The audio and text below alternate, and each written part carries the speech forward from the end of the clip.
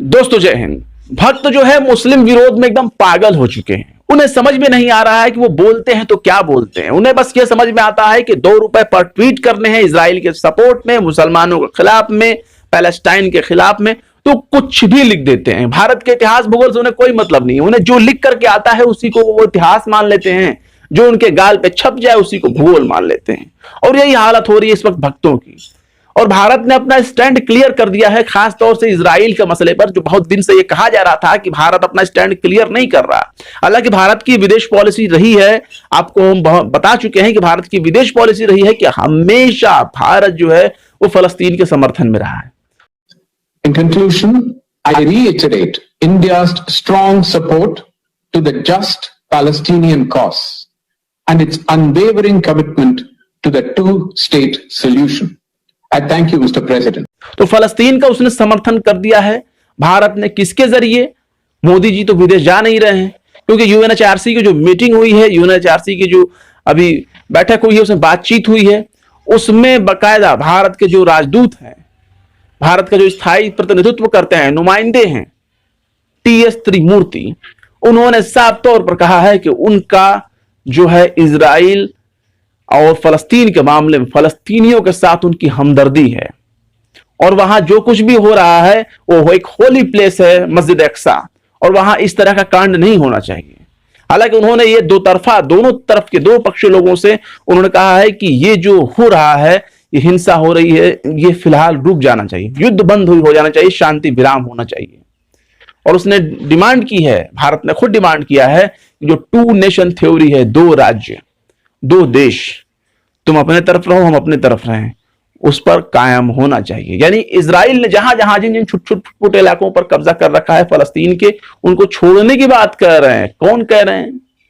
वहां जो बोल रहे हैं ना, वो राजदूत सिर्फ अपने मन से नहीं बोल रहा है, वो शक्ल उनकी है, शरीर उनका है, जबान उनका है, भाषा उनका है, लेकिन जो आवाज है वो नरेंद्र मोदी जी की है। और ये भक्तों को समझना होगा, इंडिया की अपनी पॉलिसी है, चाहे मोदी जी रहें या मोदी जी ना रहें, चाहे भारतीय जनता पार्टी की सरकार रहे चाहे भारतीय जनता पार्टी की सरकार ना रहे, किसी की भी सरकार हो, लेकिन उसे फॉरेन पॉलिसी में पक्ष लेना पड़ेगा हमेशा इजराइल का नहीं बल्कि फलस्तीन का।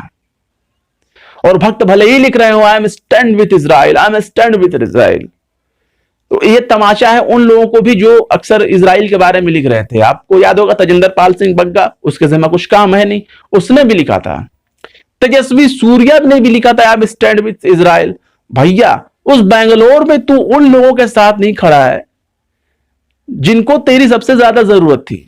कहने का मतलब है कि जिस तेजस्वी सूर्या को खड़ा होना चाहिए अपने स्टेट में कोविड के मामलों को रोकने के लिए, वहां जो लोग प्रताड़ित हो रहे हैं हॉस्पिटलों में, जिन्हें ऑक्सीजन नहीं मिल रहा, वेंटिलेटर नहीं मिल रहा है, उनको सुविधाएं उपलब्ध करानी चाहिए, उनके साथ खड़े होना चाहिए कंधे से कंधा मिलाकर। वो तेजस्वी सूर्या क्या लिखता था? लिख रहा है कि मैं इजराइल के साथ हूं, हम इजराइल के साथ खड़े हैं। पहले अपने लोगों के साथ खड़े हो जाओ। तो अंधभक्तों की यही हाल है। उनसे कोई जहर भी कहेगा भाई जहर पी ले, इससे मुसलमान मर जाएंगे, मुसलमानों का नुकसान होगा, तो ये पी लेंगे। हालांकि परिणाम क्या होता है वो हर हाल में एक ही होता है। इनके मुंह पर हमेशा गोबर पड़ी होती है, और ये गोबर और गौमूत्र के चक्कर में पूरी दुनिया में अपना मजाक बना रहे हैं।